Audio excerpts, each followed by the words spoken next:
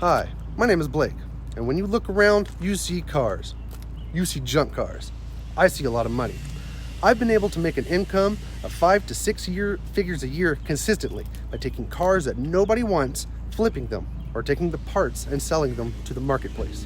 It's easy, it's fun, simple, and it doesn't take a lot of money to get started. Now, this is not a get-rich-quick scheme. Everyone is running after the shiny objects.